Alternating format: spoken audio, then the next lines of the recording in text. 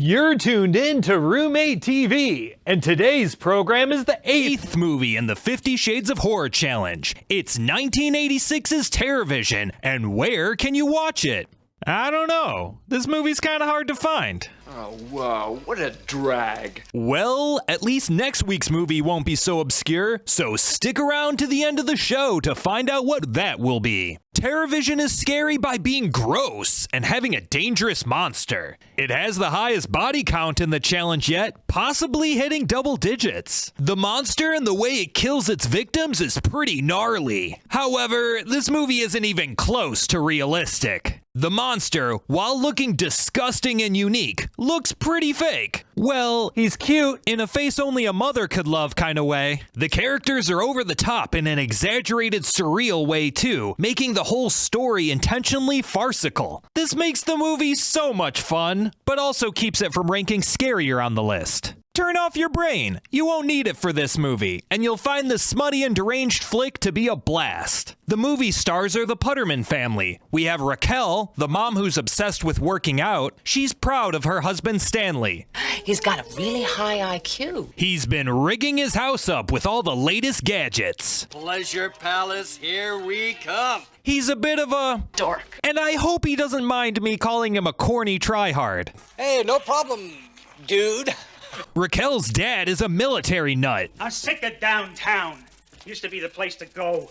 Talk to people, disseminate your literature. Feel like you were doing some good in the world. And he's made quite the impression on his grandson Sherman. The only thing the kid is interested in is being a soldier. These two are constantly waving around real firearms. Then there's Susie, the hip teen who's really into countercultural fashion and music television. Where's MTV? MTV?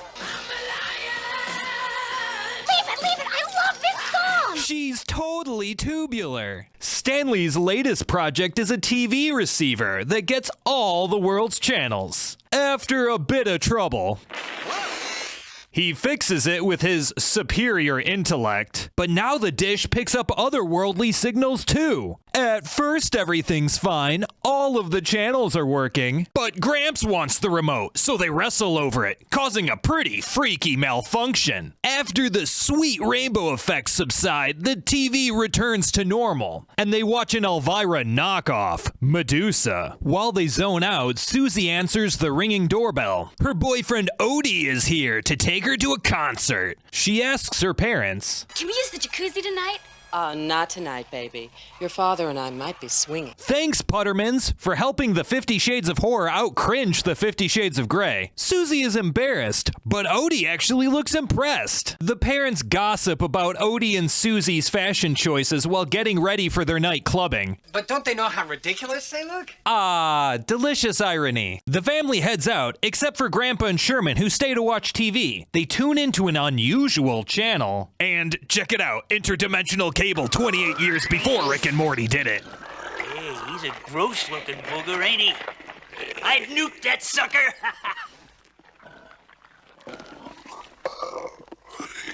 Well, do something, you ugly bastard! Man, this is the dumbest movie I ever saw. Relax, Morty. Don't worry about it. Let's just see where this goes. They get bored and fall asleep, so the monster exits the TV, sneaking up and scaring them. They retreat to Grandpa's bunker, though Gramps thinks it's just a robber. Sometimes them burglars wear Halloween masks.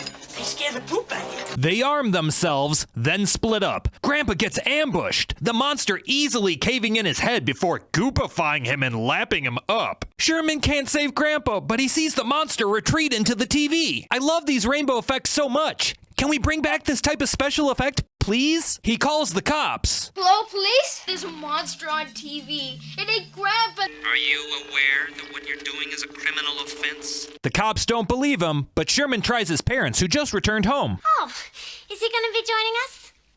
Sherman! Unsurprisingly, they think he's crazy. First, Sherman shows his mom all that remains of Grandpa is this goop, and she proves what a freak she is by just putting her hand into it, no glove or nothing. He thinks Grandpa's absence should worry them, but the monster foils that plan. Dad? Are you dancing? Hold your god-dang horses! I'm changing in here! Everything okay, Dad? Okay? Yeah, I guess so. Everything A-okay with you?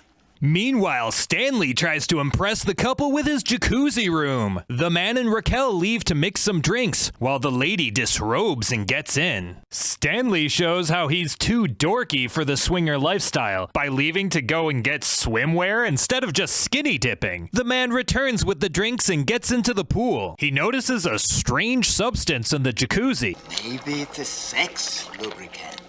Jeez, you need a whole pool filled with it though? He swims towards his partner, but the monster has assimilated her as well. Raquel and Stanley return, finding the water filthy. Maybe Sparrow's cocktail made someone sicky poo. It's worse than that though. The monster rises up, attacks them, and disposes of them with ease. Susie and Odie return home and Sherman asks them for help. But Susie thinks that her brother is crazy too. There's a monster loose.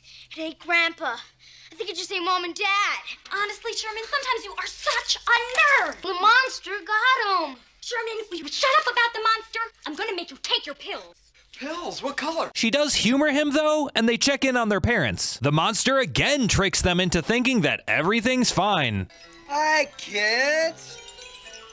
Remember, kids, you do your thing, we do ours. Barf me out. Have any of you seen Gramps? Right here, honeybee. Just taking care of business. Oh, Gramps, that is totally sicko. Can somebody please pass the eye bleach? Meanwhile, Odie is watching TV, seeing a warning about the monster is just a sci-fi movie. In fact, this alien has been failing to warn the family this whole time. Render your television sets inoperable for the next 200 Earth years. The monster attacks them, but relents before it devours Odie? Did you see that? He looked right at my studs and cooled out. This dude's into metal! Now that he seems harmless, they try domesticating him. They teach him life's 3 most important things. Food. Food. This is called food. It's good for you. Yum, yum. Music. Music. It's almost as important as food. Now this is my band. Fits in, huh?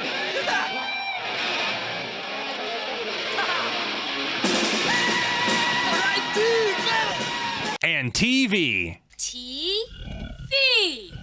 Next to food and music, this is mankind's greatest invention. Whatever you do, honey, don't look at me. One glance, and you're hard as a rock. He loves these cheesy monster movies. His taste in movies is almost as bad as mine. They call Medusa to profit off their new discovery. For Christ's sake, you're somebody get me out of this thing. Come on. Hey, Al, give me a brew and give me a smoke. Show's over, sucker. Medusa? Oh, who's this? This is Susie Putterman, business manager for the monster from outer space. Oh, yeah? Yeah. And we're having sort of a party for him here. Party, huh? You could just come and take a look. If you don't help us, someone will. Oh, yeah? But now Medusa's off the air and the monster freaks out. Hey! I said shut up, butthole! The monster melts Odie. Oh, wow, what a drag. But Susie doesn't see because she's answering the door for a cop. I have a warrant here for the arrest of Sherman Putterman. She hears the commotion and sees Sherman retreat. Freeze, son, you're under arrest. The cop shows how well trained he is by entering the house alone with his back to the kid with the machine gun and the hand grenades. But the cop has bigger things to worry about than Sherman. Susie and Sherman arm themselves. Then Susie discovers what remains of Odie. They check in on their parents, but they've definitely been eaten. Uh-oh, is the monster back? No, it's just his keeper. Please, Earthling, there is little time. I've come to exterminate the hungry beast. He gives a much-needed explanation. On my planet, the hungry beast is a house pet. They are highly unstable, prone to mutate wildly and eat everything in sight. Meanwhile, Medusa shows up at their house. She thinks that Plutar is threatening them, so she strikes him.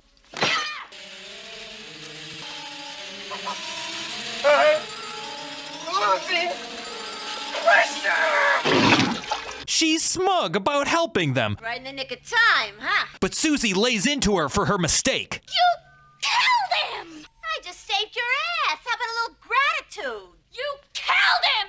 You killed him, you stupid bitch! This This plot twist is so funny and well-earned, being the perfect ending to this comedy of errors. Then the monster destroys a wall and starts sucking them in. We cut to the next morning, so we don't know exactly what happened to Sherman and Susie. As for Medusa, however... Studio, Al, and make it snappy.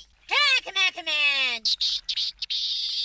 The monster goes to the station to broadcast itself all over the planet. The end. So how scary was Terrorvision? The hungry beast is a disturbing monstrosity, dissolving and assimilating its victims into its freakish mutations. It seems like there's no stopping it, since it's unfazed by earthly weapons and can hide in the TV set. It's also pretty creepy that it can mimic its previous victims to lure in new ones. However, the movie doesn't create too much tension. The majority of the killings come in the first half, with only momentary buildup before the slaughter, and then they spend a half an hour treating the hungry beast like a friend. The movie doesn't pull its punches though. It offs almost everyone we meet in a gruesome fashion, but it refuses to ground itself with a realistic setting or characters, instead creating a goofy atmosphere. The nutty Putterman family act like cartoons, allowing the audience to be detached from their plight and let the carnage play for laughs.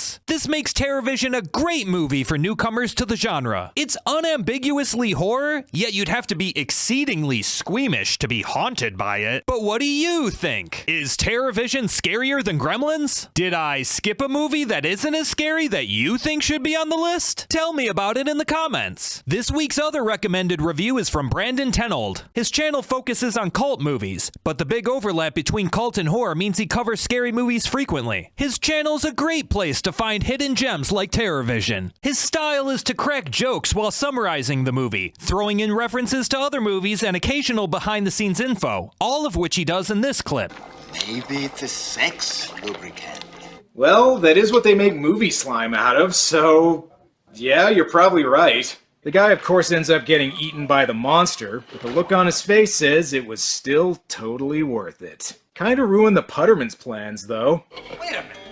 What is that? Ain't it obvious? It's the trash compactor monster from Star Wars. So check out Brandon's review of Terrorvision. The link's in the description. The next movie we'll cover is 1990's Tremors, and here's where you can watch it. Subscribe to this channel and click the bell to be notified when the Graboids arrive next Saturday. Tell your friends and family about this challenge so they can join in on the fun. Thank you so much for watching. I hope you enjoyed this movie as much as I did. We've come a long way since broadcast television. You don't have to mail a letter to say how much you enjoyed the programming. You can just click that thumbs up button. See you next Saturday for Tremors. And don't worry if Terrorvision wasn't your cup of tea. That's okay, guy. There's always something else on. That's what's so cool about the 50 Shades of Horror.